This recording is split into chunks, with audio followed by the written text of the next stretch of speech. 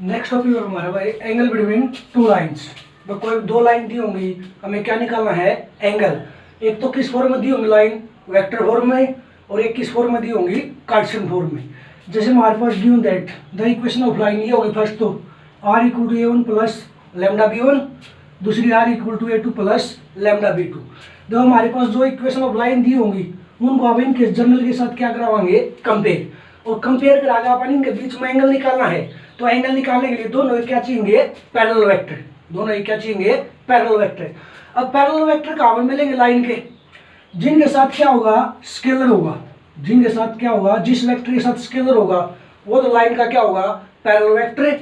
और जो जिसके साथ स्केलर नहीं है वो क्या होगा? पासिंग पॉइंट का पोजीशन वेक्टर।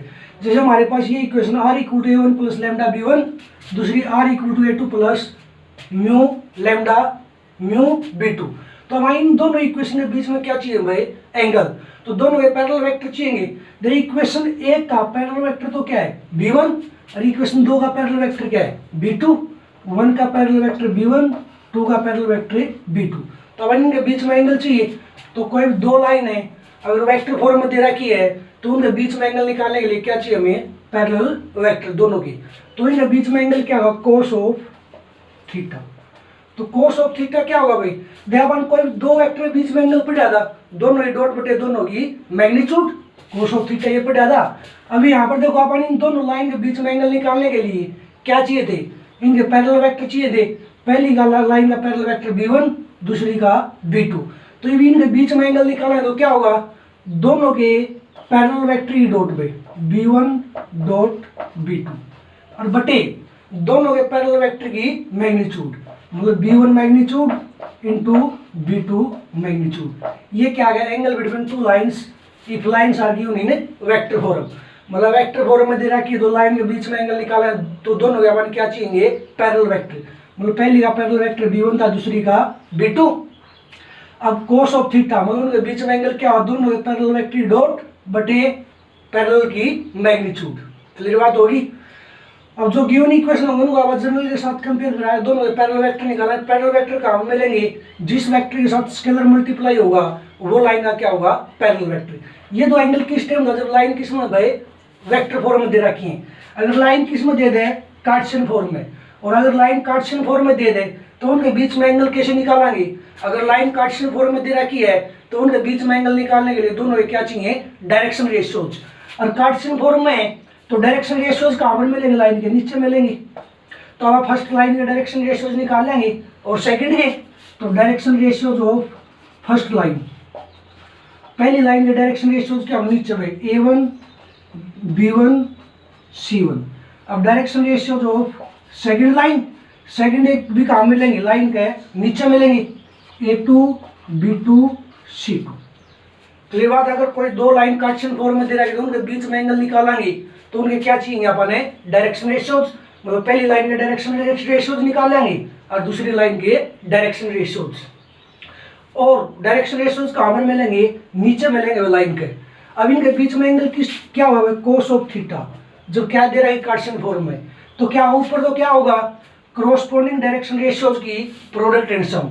ऊपर तो क्या होगा? जो दोनों डायरेक्शन रेशियोज है कॉरस्पॉन्डिंग डायरेक्शन रेशियोज की प्रोडक्ट एंड सम। मतलब पहले के साथ गुणा, दूसरे के साथ, तीसरे के साथ इनका जोड़। मतलब a1 into a2 plus b1 into b2 plus c1 into c2 और बटे क्या होगा? पहली लाइन में डायरेक्शन रेशियोज का स्क्वायर सम और रूट। मतलब a1 square plus b1 square plus c1 square into में सेकेंड लाइन के डायरेक्शन रेशियोज का स्क्वायर सम और root a2 square plus b2 square plus c2 square. ये क्या है? Angle between two lines if lines are given in Cartesian form. मतलब Cartesian form में दे रखी है तो दोनों लाइन के अपन क्या चाहिए? Direction ratios. और वेक्टर फॉर्म में दे रखी तो क्या चाहिए? दोनों के पैरेलल वेक्टर। तो एक कार्टेशियन फॉर्म में दे रखी थी तो दोनों के डायरेक्शन रेशियोज निकाले तो कोस ऑफ थीटा क्या होगा? कार्टेशियन फॉर्म में ऊपर तो क्या होगा? दोनों लाइन के कॉरस्पॉन्डिंग डायरेक्शन रेशियोज की प्रोडक्ट एंड सम। मतलब a1 into a2 plus b1 into b2 plus c1 into c2 और बटे क्या हुआ? नीचे पहली लाइन के डायरेक्शन रेशियोज का स्क्वायर सम और रूट इंटू सेकंड लाइन के डायरेक्शन रेशियोज का स्क्वायर सम और रूट। और अगर वेक्टर फॉर्म में लाइन दे रखी है तो दोनों के पैरेलल वेक्टर चाहिए और उनके बीच में एंगल क्या? कोस ऑफ थीटा। दोनों के पैरेलल वेक्टर डॉट और बटे पैरेलल की मैग्नीट्यूड। क्लियर बात है। क्वेश्चन नंबर 10 भाई, find angle between pair of lines.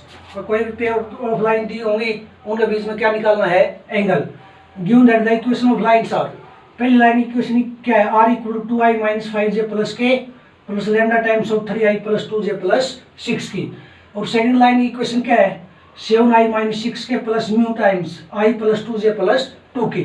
अब इन दोनों लाइन के बीच में क्या निकालना है, एंगल। और लाइन किस फॉर्म में गिवन है, वेक्टर फॉर्म में गिवन है, तो इनके बीच में एंगल निकालना है। दोनों क्या चाहिए, पैरेलल वेक्टर। और लाइन में पैरेलल वेक्टर कहाँ में मिलेंगे, जिस वेक्टर के साथ क्या स्केलर मल्टीप्लाई हो रहा है वो लाइन का क्या होगा, पैरेलल वेक्टर। तो पहली लाइन का तो पैरेलल वेक्टर ये हो गया और दूसरी लाइन का पैरेलल वेक्टर ये। तो इनको आप जनरल के साथ कंपेयर करा गए, b1 और b2 निकालेंगे। b1 पहली का पैरेलल वेक्टर, b2 दूसरी का। Comparing equation 1 and 2 with r equal to a1 plus lambda b1 and r equal to a2 plus mu b2 respectively. देखो पहली को आप इसके साथ कंपेयर करावांगे तो पहली का b1 पैरेलल वेक्टर क्या है, ये है 3i plus 2j plus 6k। And दूसरी को आप इसके साथ कंपेयर करावांगे तो दूसरी का पैरेलल वेक्टर कौन है, ये b2 i plus 2j plus 2k। तो अब इनके बीच में क्या चाहिए, angle. Angle between line 1 and 2 are cos of theta होगा, क्या था, दोनों के parallel vector dot b1 dot b2 और बटे दोनों का magnitude b1 magnitude into b2 का मैग्नीट्यूड। Equation number 3। अब क्या निकालना, b1 b2 डॉट निकालेंगे, b1 का मैग्नीट्यूड और b2 का मैग्नीट्यूड इसमें पुट कराएंगे। तो पहले b1 डॉट b2, देखो b1 तो क्या हमारे पास 3i plus 2j plus 6k dot b2 i plus 2j plus 2k। तो i बढ़ेंगे आई के साथ डॉट होगी, j बढ़ेंगे j के साथ, k बढ़ेंगे k के साथ। यहाँ पर i का कोएफिशिएंट 3, यहाँ पर 1, 3 के 1 के साथ गुणा 3, यहाँ पर j का कोएफिशिएंट 2, यहाँ पर j का कोएफिशिएंट 2, 2 दूनी 4, यहाँ पर k का कोएफिशिएंट 6, यहाँ पर 2, 6 दूनी 12, 12 4 16 3 19। ये आ गया। अब b1 मैग्नीट्यूड, तो b1 में जो i j और k कोएफिशिएंट उनका स्क्वायर सम और i का कोएफिशिएंट 3, j का 2, k का 6, तो 3 का स्क्वायर प्लस 2 का स्क्वायर प्लस 6 का स्क्वायर पूरा रूट, 3 का स्क्वायर 9, 2 का 4, 6 का 36।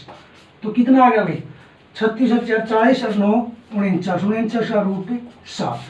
अब b2 का मैग्नीट्यूड, तो b2 का निकालना है, तो b2 में जो i j और k कोएफिशिएंट उनका स्क्वायर सम और रूट, i का 1 का स्क्वायर, j का 2 का स्क्वायर, k का 2 का स्क्वायर पूरा रूट, 1 का स्क्वायर 1, 2 का 4, 2 का 4 पे रूट 9 का रूट 3। तो सभी की वैल्यू निकल गई, इक्वेशन 3 में पुट कर दो भाई। कोस of theta b1 dot b2 कितना आ रहा है भाई, 19 बटे b1 मैग्नीट्यूड 7 और इंटू b2 मैग्नीट्यूड 3। तो कोस थीटा इक्वल टू 19 बटे 21, कोस नून जाएगा इनवर्स, थीटा कोस इनवर्स 19 बटे 21। ये हमारा क्या है, एंगल बिटवीन लाइन 1 and 2 किस टाइम जब वेक्टर फॉर्म में दे रखी है। तो क्वेश्चन नंबर 10 का सेकंड पार्ट आप क्या करोगे, खुद करोगे, इसी प्रकार होगा। क्वेश्चन नंबर 11 का first part, find the angle between pair of lines, the equation of line are given. First line की इक्वेशन ये होगी, सेकंड लाइन की इक्वेशन ये, मतलब ये दोनों लाइन के बीच में क्या निकालना, एंगल। और ये लाइन किस फॉर्म में दे रखी है, कार्टेशियन फॉर्म में। और लाइन कार्टेशियन फॉर्म में दे रखी हो तो उनके बीच में एंगल निकालने के लिए हमें क्या चाहिए, दोनों के डायरेक्शन रेशियोज। और डायरेक्शन रेशियोज लाइन में कहाँ पर मिलेंगे, नीचे। तो हम दोनों डायरेक्शन रेशियोज निकाला, direction ratios of line 1 are क्या होगा, 2 5 -3। अब direction ratios of line 2 are क्या होगा, नीचे -1 8 4। दोनों डायरेक्शन रेशियोज निकल गए। पहली लाइन में क्या कहती है, a1 b1 c1, दूसरी के a2 b2 c2। अब दोनों के बीच में एंगल निकालेंगे, the angle between line 1 and 2 are क्या होगा, दोनों के बीच में एंगल कोस थीटा। ऊपर तो क्या कॉरस्पॉन्डिंग डायरेक्शन रेशियोज की प्रोडक्ट एंड सम, मतलब a1 into a2 plus b1 into b2 plus c1 into c2। या नीचे क्या होगा, पहली लाइन के डायरेक्शन रेशियोज का स्क्वायर सम और रूट, मतलब root a1 square plus b1 square plus c1 square into second line के डायरेक्शन रेशियोज का स्क्वायर सम और root a2 square plus b2 square plus c2 square पूरा का root. अब इनकी वैल्यू इसके अंदर पुट कर दो, a1 देखो कितना 2, a2 -1 प्लस B1 5 और B2 8 प्लस C1 -3 और C2 4 बटे पहली लाइन का डायरेक्शन रेशियो का स्क्वायर सम और रूट। पहली का 2 का स्क्वायर प्लस 5 का स्क्वायर प्लस -3 का स्क्वायर पूरा का रूट इंटू सेकेंड लाइन का डायरेक्शन रेशियो का स्क्वायर सम और रूट -1 का स्क्वायर 8 का स्क्वायर प्लस 4 का स्क्वायर। देख 2 की -1 के साथ -2, 5 की 8 5 8 40, -3 की 12 4 के साथ -12 बटे 2 का स्क्वायर 4, 5 का 25, 3 का 9 पूरे का रूट। यहाँ पे देखो भाई -1 का स्क्वायर 1, 8 का 64, 4 का 16। यहाँ पे देखो भाई प्लस 48 और माइनस के कितने हो गए -2 -12 -14। 48 में से 14 घटे कितने बच गए भाई 34। और नीचे देखो भाई 9 और 25 34 और 4 रूट 38। 64 और 16 80 और 1 81 रूट 81। तो यह आ गया कोस थीटा इक्वल टू 34 बटे 81 का रूट 9 रूट 38। अब थीटा निकालना है, कोस बन जाएगा इनवर्स थीटा इक्वल टू कोस 34 बटे 9 रूट 38। ये आ गया भाई एंगल बिटवीन टू लाइंस। कर लो इसको।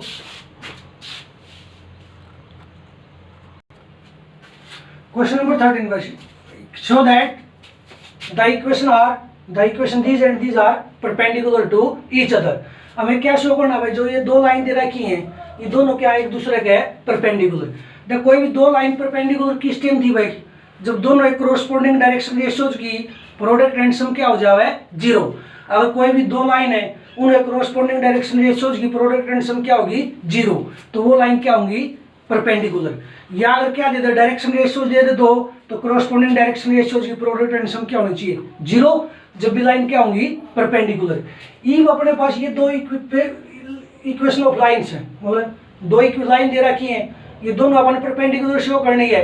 तो अब क्या कराएंगे कोरोस्पोंडिंग डायरेक्शन रेशियोज की प्रोडक्ट करावाएंगे, और अगर कोरोस्पोंडिंग डायरेक्शन रेशियोज की प्रोडक्ट एंड सम 0 आ गई तो लाइन क्या होंगी परपेंडिकुलर। तो हम पहले दोनों लाइनें क्या निकालना डायरेक्शन रेशियोज, और कार्टेशियन फॉर्म में है तो डायरेक्शन रेशियोज कहाँ मिलेंगे नीचे मिलेंगे।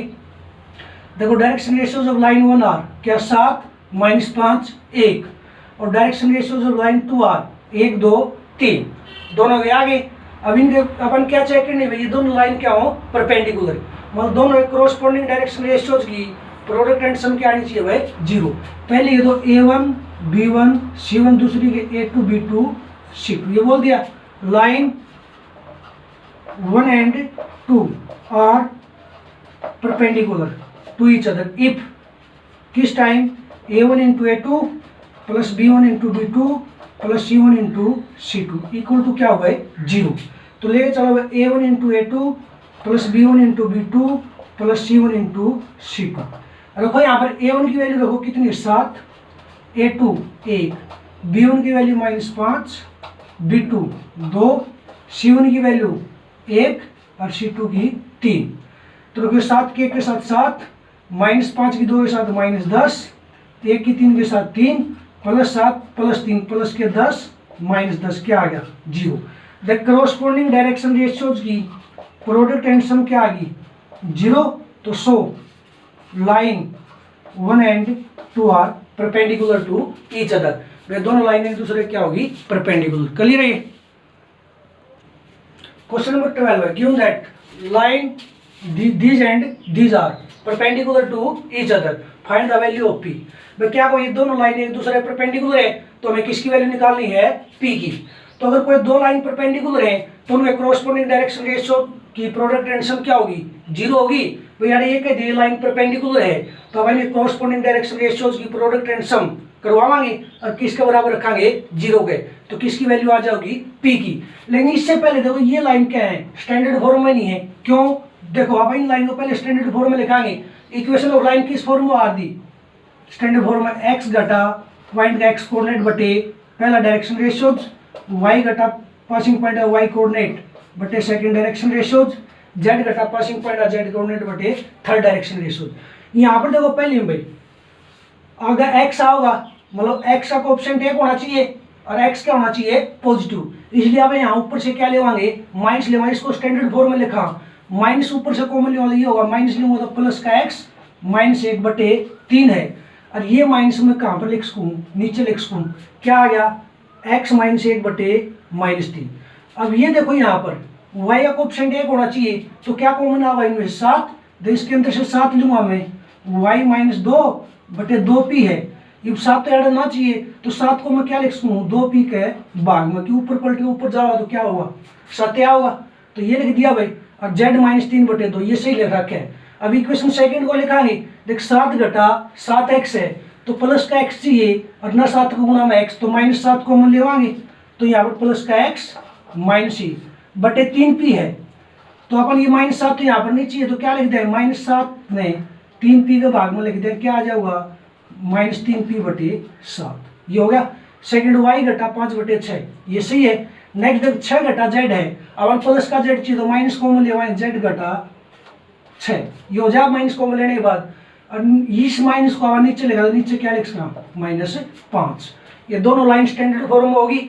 अब स्टैंडर्ड फॉर्म में है तो पहली के डायरेक्शन रेशियोज निकाले हैं, दूसरी के direction ratios of line 1 are क्या, -3 2p/7 2, और direction ratios of line 2 are -3/7p 6 -5। अब given that these line are perpendicular, और जब ये दोनों लाइन परपेंडिकुलर हैं तो कॉरस्पॉन्डिंग डायरेक्शन रेशियोज की प्रोडक्ट एंड सम किसके बराबर लेवाएंगे आप, 0 के। तो लाइन